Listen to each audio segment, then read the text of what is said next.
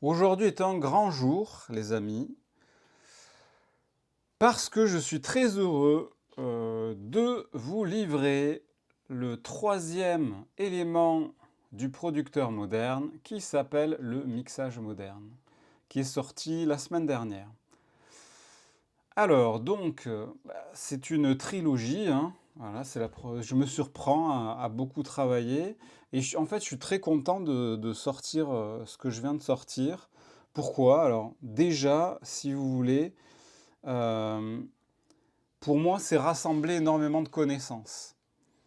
Et pour moi, ces connaissances, c'est un trésor parce que quand j'ai commencé à produire mes sons, à composer, arranger, mixer à l'époque avec un 4 pistes dans les années 98, 99 peut-être, eh bien, il n'y avait pas de matière pour comprendre ce qu'était le mixage, ce qu'était le mastering, ce qu'était la production, comment on arrange un titre, etc. Et donc là, ça fait plus de 20 ans que je suis dans la musique.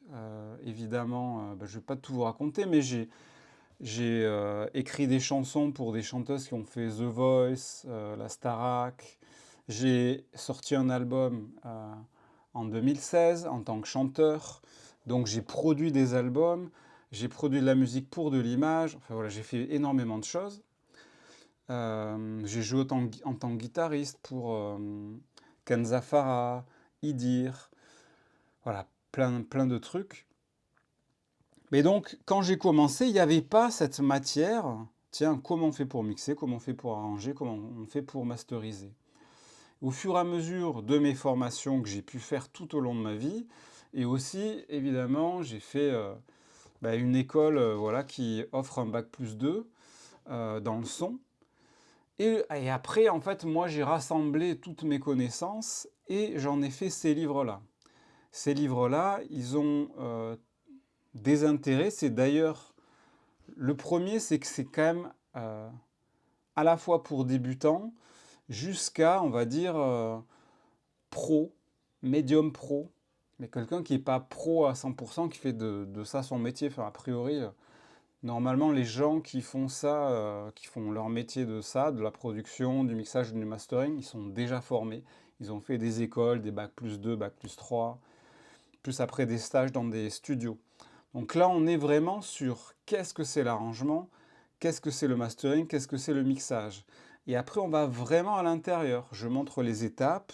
Il y a des étapes techniques, il y a des étapes artistiques. Il y a à la fois quelque chose que je comprenais pas au tout début, en fait, quand moi j'ai commencé à faire du son. Je pensais que c'était... c'est un peu comme Zidane avec le foot, quoi, ça lui tombe dessus. Alors que Zidane, ça lui est pas tombé dessus, le foot. Il avait sûrement des qualités, mais il a bossé. Et en fait, pour la musique, c'est pareil. Il y a de la technique. Quelqu'un qui n'est pas technique, qui ne sait pas comment viser des objectifs et comment les atteindre, il va faire du feeling, mais le feeling, ça suffira pas. Parce que le son aujourd'hui, euh, il y a des contraintes techniques liées au streaming, liées à la qualité des autres prods qui sont mieux balancés qu'à l'époque. Donc tout ça fait qu'on est obligé aujourd'hui de taper juste au niveau technique.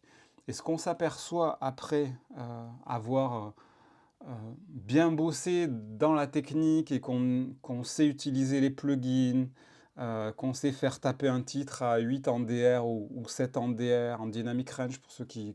Voilà. Bien faire sonner une prod, etc. C'est que, ouais, il y a énormément de technique. Et en fait, c'est la technique qui va emmener de l'équilibre, de la beauté, de la largeur, de la profondeur, de l'émotion. Et ça, c'est important à savoir. Donc si aujourd'hui vous hésitez en me disant, bon, ouais, je sais prod et tout, j'arrive pas à tout finir, mais ça va quand même, réfléchissez-y un tout petit peu. Quand on a des contraintes techniques, des choses à viser, on est meilleur. Et là, en fait, je vous explique en arrangement moderne qu'est-ce qui est important de viser, en mastering, qu'est-ce qu'il est important de viser, et en mixage aussi, qu'est-ce qu'il est important de viser. Donc ça, pour moi, c'est vraiment la base. Et après, évidemment, j'explique les outils pour obtenir les objectifs qu'on se fixe. La plupart des gens qui font du son, ils savent qu'il faut utiliser un compresseur à un moment donné ou un equalizer. Mais sans objectif, vous allez nulle part. Donc là, l'idée, c'est que j'explique tous les plugins, à quoi ils servent, etc. Et puis après, chaque fois qu'on est sur une piste, chaque fois qu'on est sur un bus master ou un bus, qu'est-ce que je veux vraiment? Qu'est-ce que je veux atteindre comme objectif? Je veux nettoyer le bas?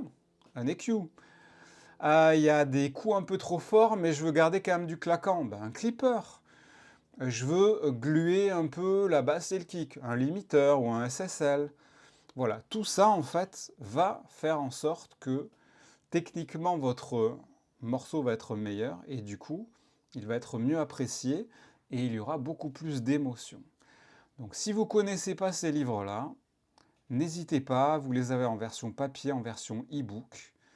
Et pour moi, c'est quelque chose dont je suis très fier. J'avais déjà sorti le guide ultime du DJ chez un éditeur qui s'appelle F2M Édition, un livre qui est distribué dans la France entière, où j'avais interviewé Cathy Guetta, Philippe Corti.